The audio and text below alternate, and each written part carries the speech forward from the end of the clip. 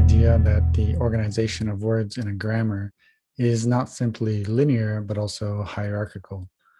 For example, words are formed of subparts. A root may be followed by a suffix or preceded by a prefix.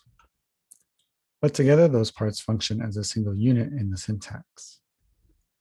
You can't take one part of a word and put it somewhere else in the sentence. The internal structure of words is known as morphology. And we'll set this aside, assuming that the system for word formation is not necessarily the same as the system for combining words in the syntax. That is, we assume a basic distinction between the syntax and the lexicon. Looking at a simple English sentence like Spot runs, we see a noun, in this case a proper noun, followed by a verb. For English speakers, the inverse order run Spot is not acceptable. So we might say that the verb has to be the second word in the sentence. Of course, this would not be a correct prediction, as another sentence with a very similar meaning breaks the rule. The little brown dog runs. Putting the verb as the second word in this sentence results in nonsensical word salad. The basic principle at work here is that words come together to form units in the syntax. We call these units constituents.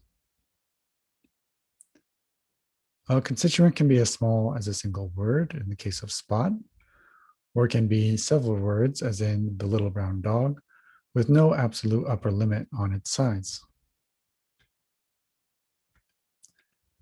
Inserting these constituents into our analysis, we can see that the basic sentence structure of our two sentences are identical: a noun constituent followed by a verb constituent. If we want to begin making generalizations about the syntax of a particular language, or compare syntactic structures across languages, we need a way to describe types of constituents.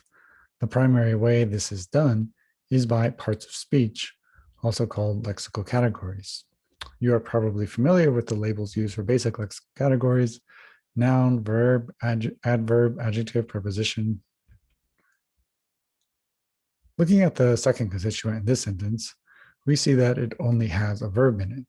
So we can call that a verbal constituent or a verb phrase. But what about the constituent with multiple words? Each of those words have their own lexical category. Intuitively, we can say that all the words modify the noun dog. We can also compare this sentence with the parallel sentence, where the noun is the only required element in this type of constituent. For that reason, we can say that this entire constituent acts the same way as a single noun does in the syntax, and call it a noun phrase. Conversely, we can say that the noun is the head of the constituent. We can also join the noun phrase and verb phrase together into a larger constituent, which we will leave unlabeled for now. This forms a tree diagram where each node in the upside-down tree is connected to just one higher node. In the next video, we will look at how this type of constituent analysis is modeled in the C structure module of Lexical-Functional Grammar.